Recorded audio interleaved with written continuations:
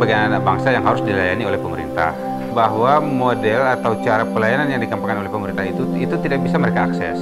Secara geografis itu nggak mungkin bisa mereka akses dengan mudah gitu. Sehingga kalau mereka mau bersekolah, mereka mesti berpindah tempat tinggal.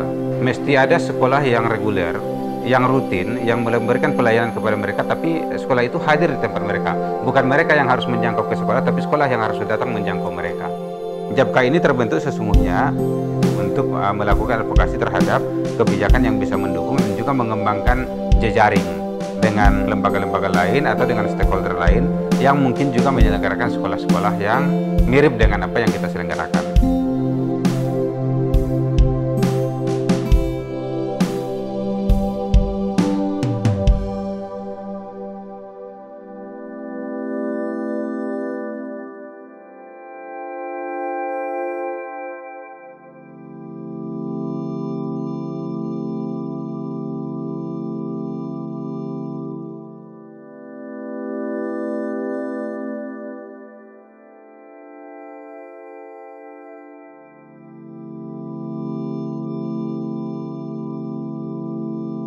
Teo, masih ingat nggak sama ini? Oh iya, itu si Biti sama Meragu. Si Biti itu Mbak, itu sangat pintar sekali. Cuma agak susah diatur. Tapi ketika saya kasih tugas, misalnya suruh menulis atau apa, cepat. Iya, emang kan anak-anak kan di sini rata-rata memang kayak gitu kan? Iya, iya. Nah, pokoknya lucu-lucu deh di dalam itu. Iya. Ada aja. Tiga-tiga anak yang bikin ketawa lah, kadang ngeselin lah.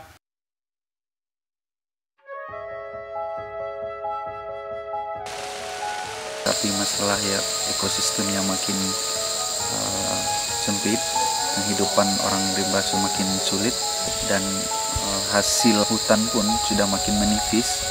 Interaksi mereka dengan masyarakat luar pun semakin intens. Nah, jadi mereka harus mempersiapkan diri mereka untuk bisa bersaing dengan masyarakat yang ada di luar. Salah satu jalan yang mungkin tepat ini pendidikan. Indonesia Raya. Gimana Indonesia Raya? Berdiri.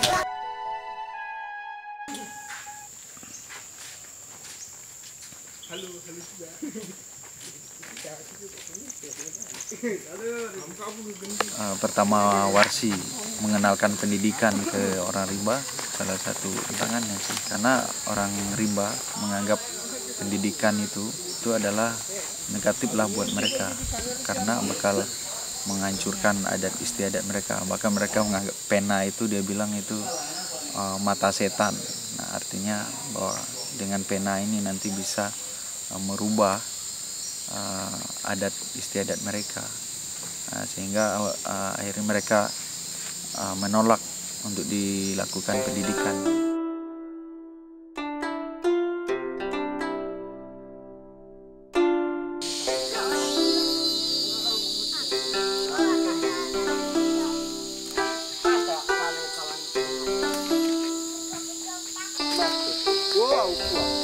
Dikuan betul lagi. Kalau kurikulum kita memang nggak ada kurikulum yang belum pas betul ini dengan adat dengan kebiasaan mereka. Jadi kita memang benar-benar mengikuti adat dan kebudayaan mereka. Kalau misalnya di dalam misalnya situasi belajarnya dulu memang kita buat semuanya fleksibel, mulai dari jam belajarnya, tempat belajarnya, terus juga mata pelajarannya pun. Misalnya kita belajar kapan mereka mood belajar, kita belajar, bahkan belajar sambil main. Kalau mereka anak-anak ini kan memang suka aktivitas yang fisik gitu kan, ya, sambil cari ikan, cari mici, ya, sambil main-main di rimba. Di sana kita masukkan unsur-unsur pendidikan. Acak-acak lah, acak. Acak, ake ambek sikut lagi. Nya huruf A. berarti nang telungkup dua nih huruf apa? A, I, B, C. Nih huruf A. berarti nang di sio huruf B. sama. Coba kita nya sama nyeluju dulu. Ini tadi ada 3 huruf ya, Bo. Tapi laki ambek siku. Huruf apa nih?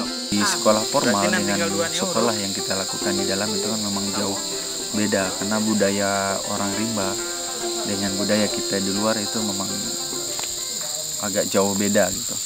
Ketika mereka mulai belajar di sekolah formal, nah yang kendala yang mereka hadapi ketika mereka beradaptasi dengan peraturan yang ada di sekolah formal, yang biasa di dalam mereka belajar terserah kapan mau belajar, jam berapa, di mana.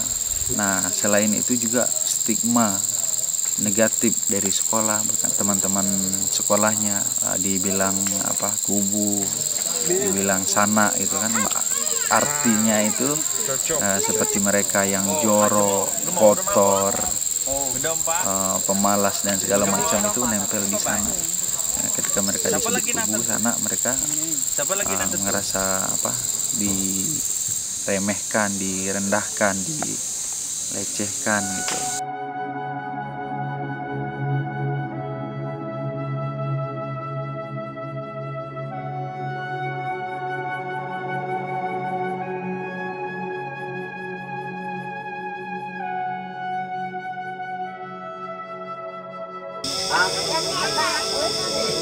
Jaminan lembaga.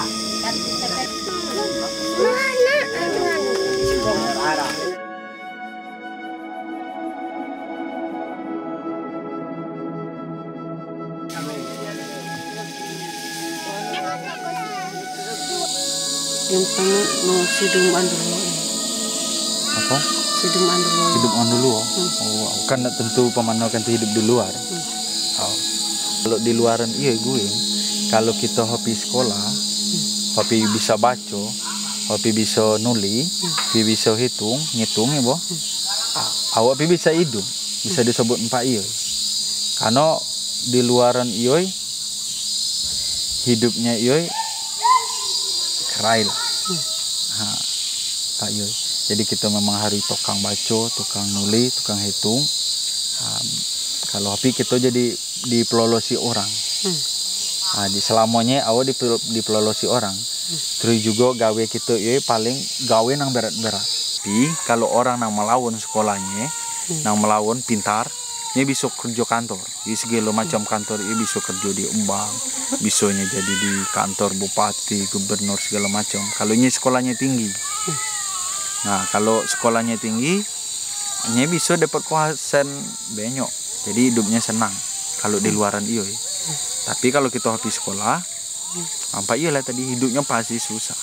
Apa iya makanya kawan, kalau misalnya ndok hidup pak orang luaran, kawan harus melawan belajarnya, harus melawan sekolahnya. Jadi kalau mereka ndok tinggal tetap di dalam rimba, berarti kawan harus jago rimba. Kawan sekolah panyo bisa gunanya mempertahankan, memperjuangkan adat mikai, rimba mikai, hutan mikai, nah, supaya mikai bisa hidupnya melaut.